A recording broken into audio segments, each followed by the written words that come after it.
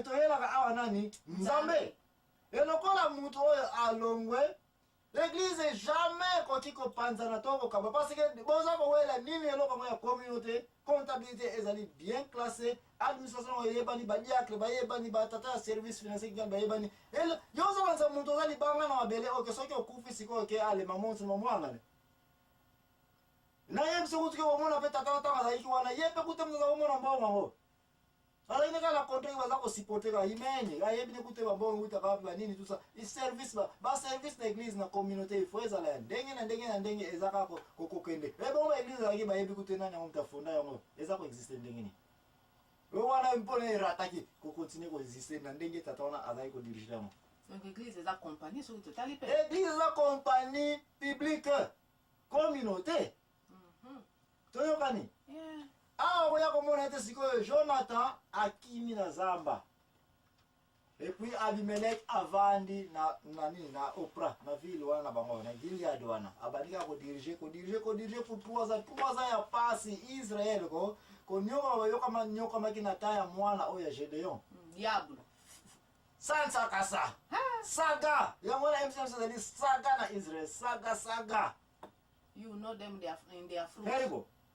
okoyeba mwana misana na bango mwana moko ya babikola bana Israel ka ba tribu mususu ayaki kovanda na pembeni ya vile wana oye Abimelech azalaki kodirige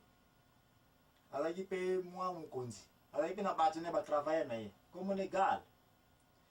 tango ye na vile wana azalaki na mimbeko pona kotosa na tata mokonzi Gal abiyoza nani ngala ngelo kotosa yo na babisala ya boy Gal ngo pa azalaki kosambela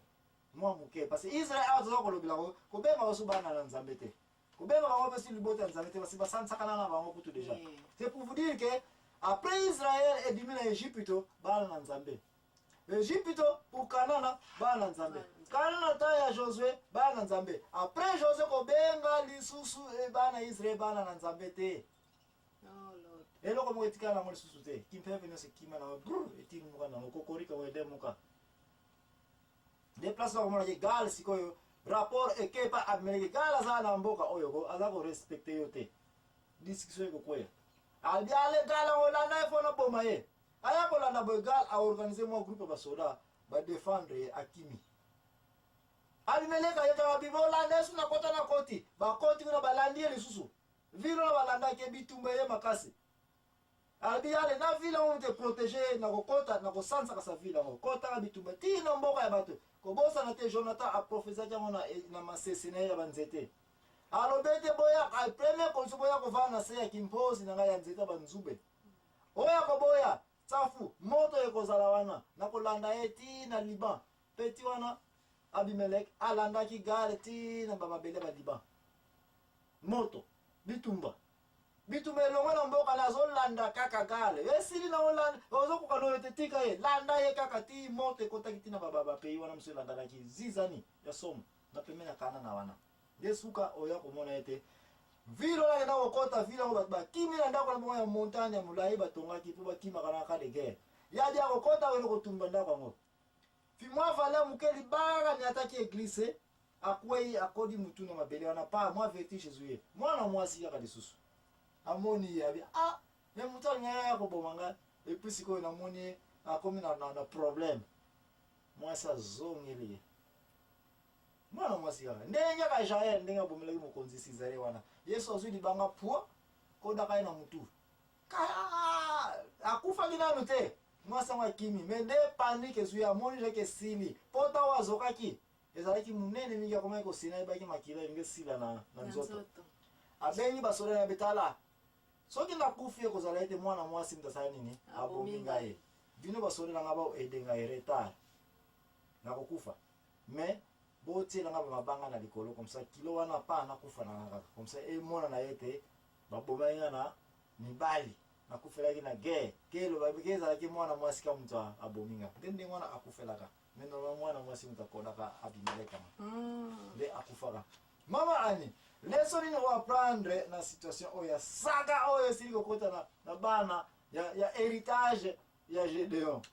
pour lui les ali comme héritage on dit héritage c'est sakula No, yo le beza héritage te bon. Ko wele la kaka nde mo na moni ko wele les malamu te. Donc ya on kana yekoli. Poso ko wele za la tenios onde salamite. Bon, yo lo biko wele la, mais eloko mo foko yeba ete awa, bat baza ko confondre église.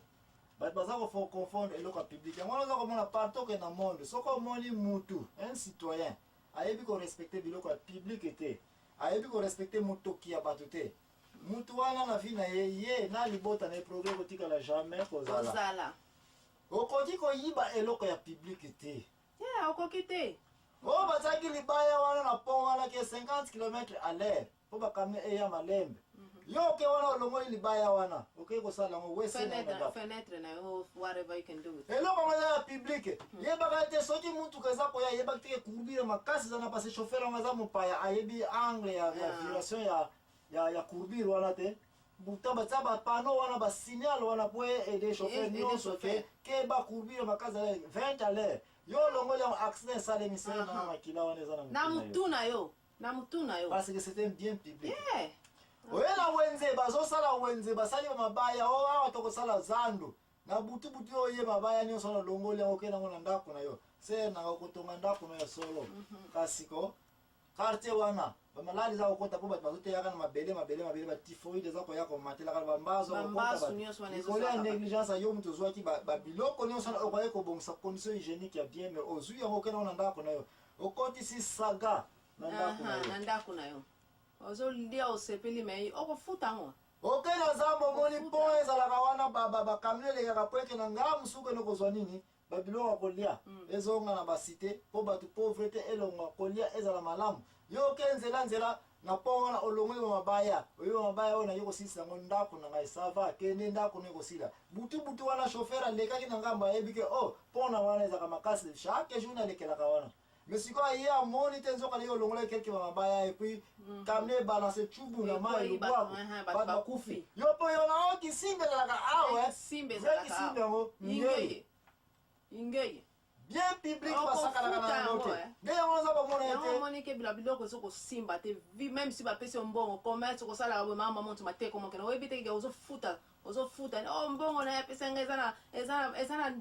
na nini pour commerce nyonso nazo sala ezo simba te eza yo mbongo ba te eza yo nde ozo futa ka oyo moyibo salaki émission ya saga na Jerusalem ser na eza ya ngai na yo parce que makamyosa ko lekana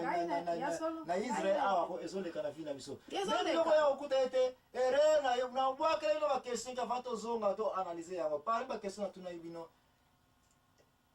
est-ce que Gideon akokai kozwa ekeko tanga moni ka sali ekeko bongo batu bakomi ko kumisa ngo bakomi ko betele maboko akokai ko détruire ngo ta bwa onetka Moïse ndenga sala kina na Aaron akuti ba ko sali erreur bo mwanga yo pona panzaki yango te déplacement za ko mona ke ye Gideon ekeko ngatongela jango na nini na mbongo ya batu Sinsani obengi yango neso. Pasa sa yin sinsani ke biyo boya ko pesa ngai, akongola ki biloko ya population, baolo ya population, baolo wana ko tsaki saga na nini na ndako na. Bible alobete Israël tika ko reconnaître liberté ya Gédéon te. Oh. Mais parce que ça ki biloko ya nini, ya communauté, pour ça construire gloire na ye. Na minute suka. Okoki okoki ko biloko ya communauté boya ko pesa nga bambongo et puis créer eloko moko oyo nyonso soit église. Ça va, o créer église ngo. Bande ko bazacha ko benga biso na yebete lelo bakobenga na ko sala trop kasi na ko za phone ngo te to za ngo continuer émission na biso oya ya la vérité titango nzambe akosunga biso ko conclure matin oyo. Komela na tangwa maladi yona sirika pasina kayo baboye yona lokola soni na kayo baboye de wapi mabe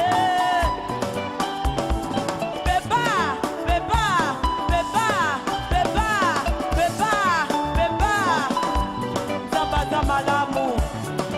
soki atiki okende wapi okima wapi nyonso na biso eza ye lolendo na biso eza ye wana makati na bolimsaka biso normal na émission ya la vérité il fallait pas to zalaka na téléphone na tango ezali ko beta kasi biso toteyaka lokola bapaster te tolobaka yango ntango nyonso mama ali n'est-ce pas Yeah. ke toteyaka lokola bapaster te émission ezali émission peuple ya communauté ya yo okoki kobenga biso à n'importe quel moment tokozwa telefone soki tokozwa telefone te mpona koderange programme te mais tokokata programme ya wana bomoni tokataki po tozonga lisusu fo torespecte question nyonso ezali koyeba ndeko ebele baza kolanda biso na internet partout au monde nde bazalaka premier ya koyeba ete toza kolanse nde babengaka biso donc bolimbisa biso na église fo botiaka batelefone na bino off bokataka yango bien aval bref ou bien mais biso totikaka yango mpona nini parce toza na studio toyambaka batelefone bandeko mpe ebele bazali baza mpe kolanda biso bango nde bakoki kotelemisa biso te mpona bénéfice ya bino toza kolanda biso mais après mate ya toujours débat ezalaka mais mama ani